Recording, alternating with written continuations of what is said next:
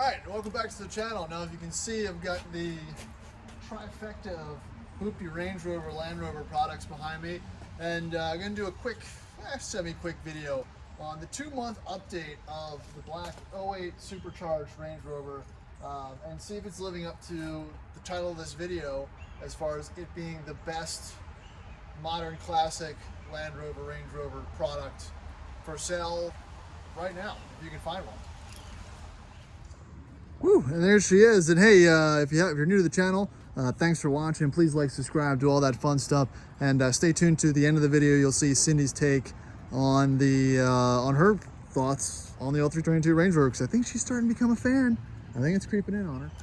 So, quick backstory on this particular Rover. This is a one-owner, 160,000 mile 2008 Range Rover L322 Supercharged. So it's a 4.2 liter Jag engine, 400 horsepower. V8 made it to the 6-speed ZF automatic transmission. Again, this was a one-owner truck I bought sight unseen at an online dealer auction out of Maryland. I paid, and I don't really disclose prices, but I think I'm going to hold on to this one for a little bit. So I paid $4,200 for it. And again, in the current car market, it is, as they say, cooling down. It's a little overheated, but it's still hard to find decent one-owner trucks for under $8,000. So I think I stole this, and that's been kind of the idea behind this video series, is seeing what I've had to do to it and seeing how reliable it is or it isn't. So that's kind of where we're starting off. So when I bought this particular L322, I was a little bit nervous off the bat because again, when I picked it up, it had a check engine light, which cleared, luckily. It also had a slight hesitation and a kind of a wonky shifting transmission. So the only money I've really spent on it was getting the transmission pan, filter, and fluid changed, because that was what the issue was. All right, so again, that's probably what, I wouldn't say killed the car, but probably why it was sent to auction. It was traded into BMW Fairfax. They probably drove it around because it was detailed and it was very clean. When I got it, looked like it prepped for, retail. They probably felt the slipping transmission and were like, crappy old Range Rover, I'm out, and ditched it at a dealer auction. I bought it on a Tuesday, 9 a.m., right after Memorial Day or something, and I won. So that's how it ended up here. So here she is in all her glory, 2 months, and I think almost 2,000 miles later, it is still kicking. Again, I haven't done a whole lot besides add the rubber mats in great condition. I also called and added Sirius satellite radio for free because it's installed, and they'll give you a 3 to 4 month trial. You just don't have to pay for it. Just keep updating it and you should be good.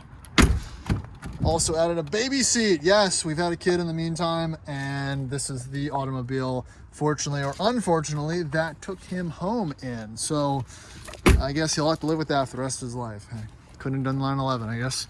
Coming around the back, it has the dog divider, which is awesome. Again, it's a fairly high-spec car, no rear infotainment or anything like that, which is great.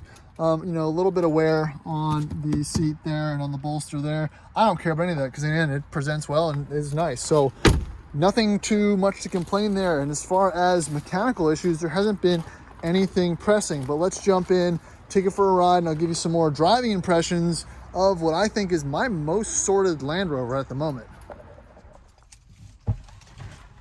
All right, so let's fire it up. Yeah, 162,000 miles, no dash lights. I have a check coolant level alert that comes on because the sensor in the tank is bad. I just haven't changed it out, but the cool level is fine. And let's take it for a ride, and I'll kind of run through more of the thought process behind this particular truck some more. All right, so this particular, okay, maybe not this particular, but this L322. So I've held off on purchasing an L322 personally. We purchased a few as sales cars and a few for the shop, and that is just because I haven't really found the right one. But a wheel spin, and she's off. Nothing like a little SUV supercharger whine to kind of get the blood flowing.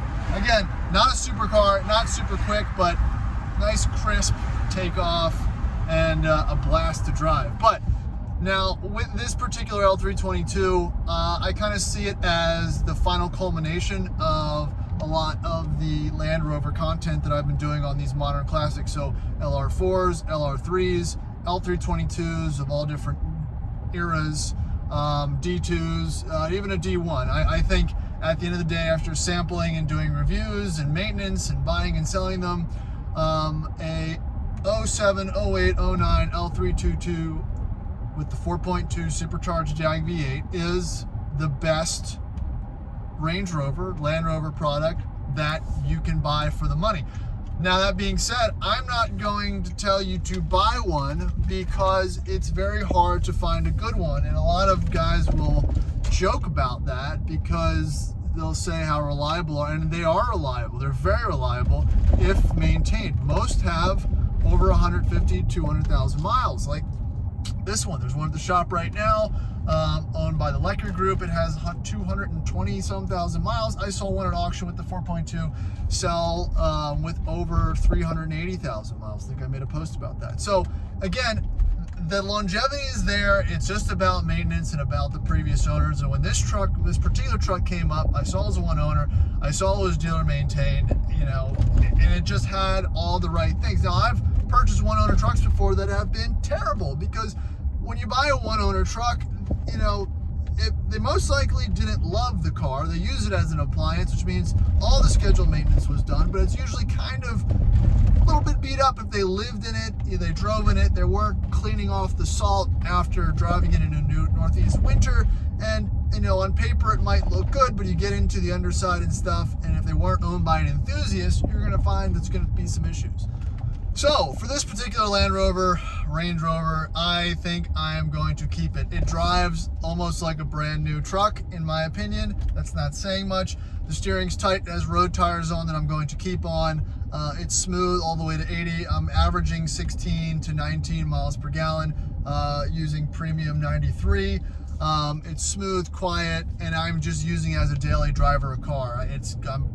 If I'm going to go off-road, it's going to be the cabin. I'm not going to do anything as far as modifications to this point. I like the big Brembo brakes. I just like how it functions. I like how it drives, and it's really just fun to use it, not as an enthusiast-based thing, but just as car, as transportation, and it's working very well as such. Yeah, like I said, it's been surprisingly reliable. I haven't had to do anything else. Pretty much nothing. I fixed the rear backup camera kind of, but I don't really use it all that much, so I'm not too concerned about it. Things left to do, drive belts, probably gonna be a smaller ticket item in the coming future. They're not bad, but I saw a couple little cracks in it. When they could take out the water pump or the fan shroud, so I'm going to probably do that. And I think that's really it.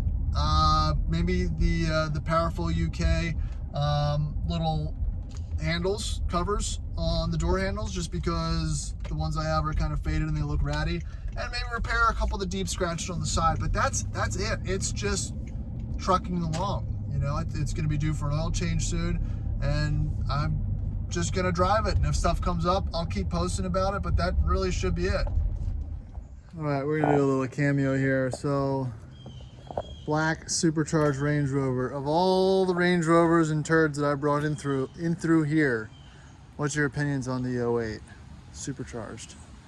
That's definitely one of the best ones. Yeah? Yeah. Why? Doubles as a really good mom car. Yeah? Yeah. Are you trying to take it over? I wouldn't hate that. How does it baby? So far so good. It's exclusively been the baby transporter vehicle since we've gotten it. I like it better or worse than the LR3? I think I like it better. Oh?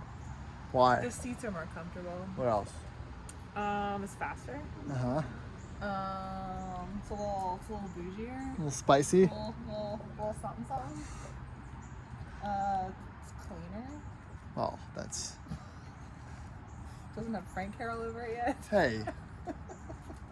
So if you had to pick one, which one would you pick? As like a daily driver, this one. about his cabin truck? Oh, well. Either one. Have we taken us to the cabin yet? Yes. You're in the video. I think the green one's still better for the cabin. All right. All right. So that's the real world Cindy and Max and Frank opinion. All right. So that's gonna probably wrap up this video. And again, I get a lot of questions about what type of what Range Rover, Land Rover should you buy, blah blah blah, and if it's a good idea. And I'm going to consistently tell everyone that it's not a good idea unless you know what you're getting into, which hopefully my videos, almost 400 of them at this point, have given you a snapshot of the good, the bad, and the ugly that's associated with this type of ownership. And it really comes down to you got to get lucky. I don't care if you do a PPI. I don't care if you know the person that had it. They can kind of fail here or there, and you either get lucky or you don't. But if you've got a good head on you know your way around cars, they won't bite you too bad.